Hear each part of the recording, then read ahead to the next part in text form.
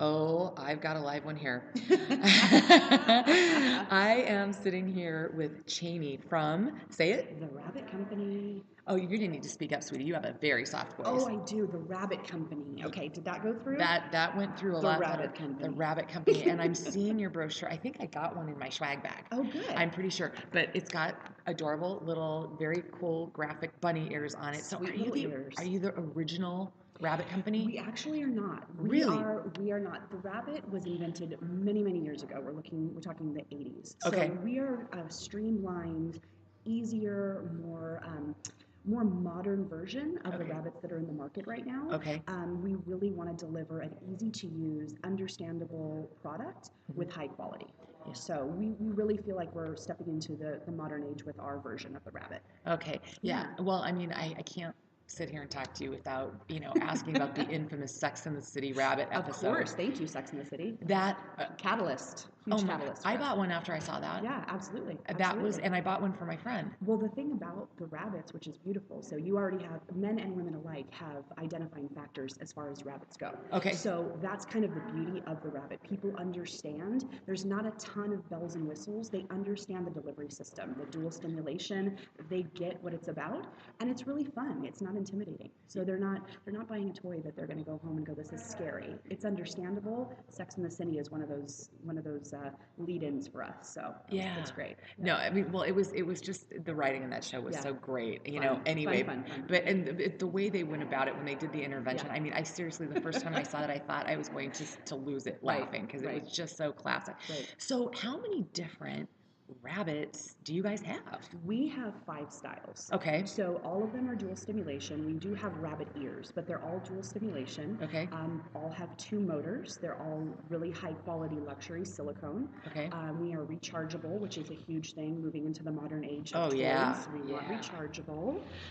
Much easier to use. Typically, toys with rechargeable batteries are a little higher quality as well. But our toys are super, super flexible. There are a lot of toys in the market that are great. Rigidity in toys offers a stronger vibration, but our toys are very soft and flexible because we really want our toys to work with different body types and different styles and have that kind of give in the product line. So rechargeable, I mean, that comes up quite a bit. Colleen will mention it on the different versions of the show sometimes. She mentioned that it's generally more expensive, but probably at the end of the day, why would you say that would be a good option for people? You're typically up front, you're paying a little bit more, but ultimately you're paying for batteries. You're having to dispose of them properly. And a lot of times you don't want to be disappointed. You come home, you forget to buy batteries, you come home, you put a battery in, or you go to use your toy and the battery doesn't work. Wah, wah, wah. Yeah, talking about a mood killer. But rechargeable is amazing because you have so much flexibility. I joke with people when I'm doing trainings on the road. They say they'll do the charge in the car or on their TV when they're streaming their pornography. So, there's a lot of flexibility in the rechargeable, but it also allows the toy to be a lot lighter. So when a woman is using the toy with just by herself, it's much easier to hold. If a partner's holding it, it's just a lighter, easier toy to use. Okay. Yeah. Okay. So how long do they take to recharge? I've never. I think that's going to be my next purchase. Sure. I'm going to get a rechargeable one. But how long do they take? Ours takes about 2 hours. Okay. So we tell people 2 hours of charge is about 4 to 6 hours of use. But wink, wink. Ours are quite a bit longer than that. So, but just to be conservative, we say about 4 to 6 hours of use. So, okay, that's pretty good. Holds a charge. It holds a charge. Well, it gives a charge and it holds one. Hallelujah. Absolutely. To that. So, what Chaney is the approximate price range of yours? We're looking anywhere from retail about $90 to $170. Okay. So our toys come with a 5-year warranty, so we're offering that warranty up front to make sure that people understand the quality of the toy. Okay. Our toys are waterproof, so you're getting a lot of more luxury options with our pieces, so they're a little bit more pricey. It's a full silicone piece instead of partial silicone. Okay. So it's a little bit more pricey, but you're investing in a toy that's going to last for a long time. Well, and that begs the question, I think. How often should people replace something like this? Okay, so if you use it for 5 years, would you say that somebody should get a new one at that point in time? Well, my personal preference is they should have lots of options. I mean, for a good time, you want to have lots of options. So we offer a specific, opportunity for someone, but there's so many great toys in the market. I personally, as a consumer and a seller, have lots of different options in my home. Okay. I like to keep things interesting. But, each manufacturer is different. We will say that our toys will last longer than 5 years. So certainly you can replace after 5 years, but you definitely can replace before that if you feel like you want to step up and graduate through the line, because we have different offerings. Yeah. So every manufacturer is a little different, but ours will be every 5 years. Okay, for sure. And I guess the thing is they probably don't exactly go stale, but they do not. It's not perishable, so we're good. Just treat your bunnies nice. Be nice to the bunny, yes. Be nice to your bunnies. And the bunny will be nice to you.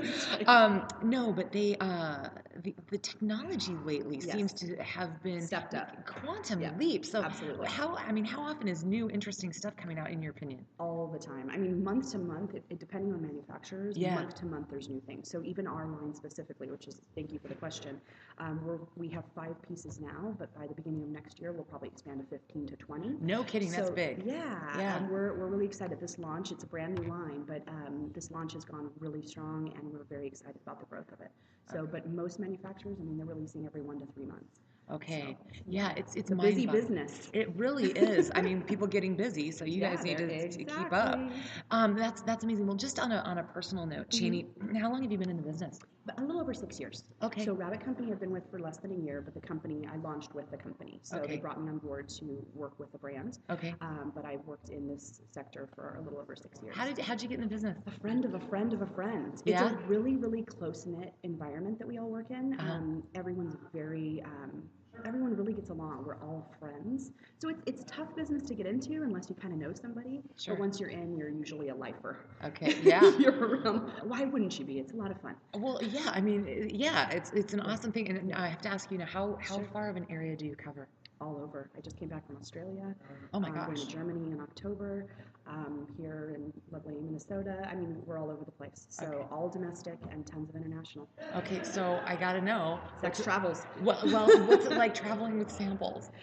It's actually quite a bit of fun. I have an interesting story that occurred last week. I had a lost piece of luggage, and all of my vibes were in my luggage. And when my lovely airline asked me for identifying factors as to what would be in my luggage when they opened it, I said, well, you're going to find some lingerie, and you're probably going to find a slew of vibrators. And the silence on the ends of that line was palpable. Yeah, absolutely. I felt it. So, I always make sure my little bunnies are on travel lock.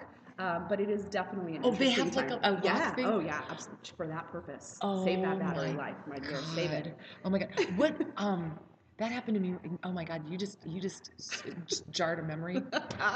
You're welcome. I was moving once.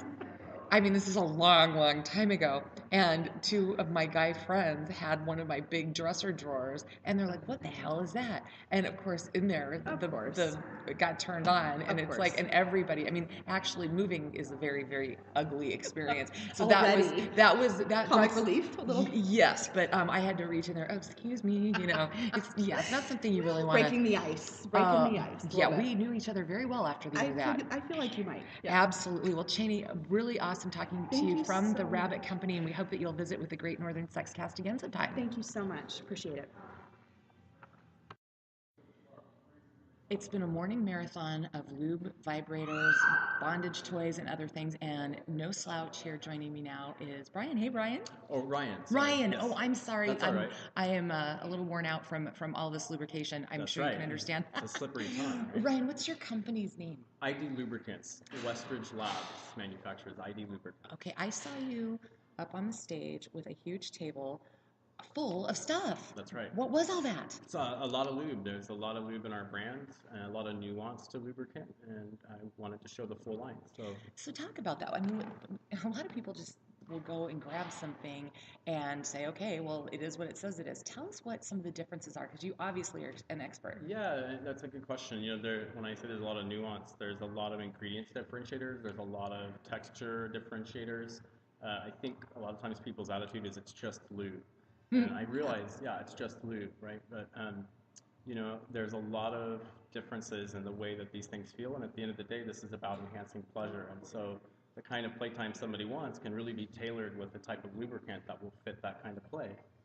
So Yeah. Well, let me ask you because I wouldn't even you would think because I hang out with Colleen in the Fantasy Gifts group that I would be a little bit more knowledgeable than I am. But let's talk about the different types of people and or activities and what they might find, pleasurable to match up. Sure. I mean, I know, like for instance, pegging is a new up and coming, really fast growing play for the straight community. So you really can choose lubricants that are really ideal for that kind of play. For instance, like ID Jelly is a thick viscosity glide formula. So it's a water-based lubricant that's really thick and it stays where you put it. So if you have a pegging, any kind of penetrator on, you can use that to lube up your penetrator, both the top and the bottom, and it's ready to go rather than something that would drip off of it. Oh, okay, that makes a lot of sense. And Yeah, I suppose that could work for other types of play as well. absolutely, yeah. Okay. What are some of the other ones that are good for specifics? We have our ID Silk as a good one also for any kind of toys. It's a hybrid, so it has silicone and water, and it's a hydrolyzed silk protein as a binder agent to emulsify those two things together. Those really the ID Silk has the best of both worlds as far as the feel, so it's not too slick, and it also has that nice silicone feel, but it's not going to damage a silicone toy. So that is something I think that is really important to note, right? Yeah, absolutely. There's different kinds of lube that you have to be careful with different kinds of toys. Yeah, and typically you're not going to want to use a silicone lubricant with a silicone toy. I will say we've immersed some silicone toys in our ID Millennium in our silicone for a couple months and it didn't do anything to them. Okay. But that really depends on the toy and what the toy's quality is like and what their binder agents are as well as what the lubricant is like. So that's not safe across the board to say. But it is generally a rule of thumb that you wouldn't want to use a silicone toy with a silicone lubricant, that it would break down the toy. Okay. Good to know. Good to know. So, what kinds of questions would you advise a consumer to ask, say, a staffer at Fantasy Gifts, if they were looking for lube and they wanted to get something that was better than what you could find at the drugstore? That's a really good question. I would say that you're going to want to ask about ingredients lists and what kind of binder agents and what the history of a company is, where it's manufactured, and is it private labeled, or is somebody really coming at it that they own their company and they're building it themselves, or are they outsourcing and it's being built in China and it's just their label on it? Knowledge of a brand goes beyond just what the label looks like. Well, yeah, because that's stuff that's going into some pretty intimate areas of yourself. Absolutely, absolutely, yeah. So when you say like binding agents, what does that mean, and why? What are you looking for in that question? There's all kinds of ingredients listed in a lubricant. So for those things to hold themselves together and become one material, they usually need a list of binding agents. So I think that it's safe to say every one of your colleagues in the different companies that are here today with Fantasy Gifts has confirmed that the industry at large has just changed. And I'm curious from your standpoint, both as a rep, a professional in the industry, and for the company and the type of product that you have, what changes have you noticed, and what do you think is good about all of that? I'm newish to the industry. I come from the adult film side of things, and when I had the opportunity to interview with ID recently, it was a no-brainer to step in with them. What I hear and what I see really is that everyone is coming at this industry with a heart of education. People are hungry for the knowledge. We're raised in an environment, generally in the United States, where sex is taboo, and the knowledge that we get really doesn't surround it with pleasure. It surrounds it with necessity of protection and things, and makes generally sex has a negative connotation for us as Americans, I feel like, growing up. And so people are hungry and ready for this education. So what I see, my ultimate job while I'm a rep and I'm in sales, I really come at it with a heart of service. And I think we all have started to do that, where this is about education and arming the retailer with the tools to be able to have that dialogue with the consumer about how to make sex fun and make it more pleasurable and use these products in the correct way. And people are ready and hungry for that knowledge. Yeah, I mean, I'm sure from the film side of things, you've noticed a real shift, though, also. I mean, it used to be the films are so much better now, oh my God, than when this all first started, My experience with film was a little bit unique. I stepped in with a company that started doing video online around the turn of the millennium when it went online, and so things changed very quickly for that industry. Oh, I bet. Yeah. And that was a real interesting thing. I don't know. I guess I wouldn't know what better means. I love some of the old 70s. Oh, do you? Oh, yeah. It's classic stuff. Debbie Does Dallas is,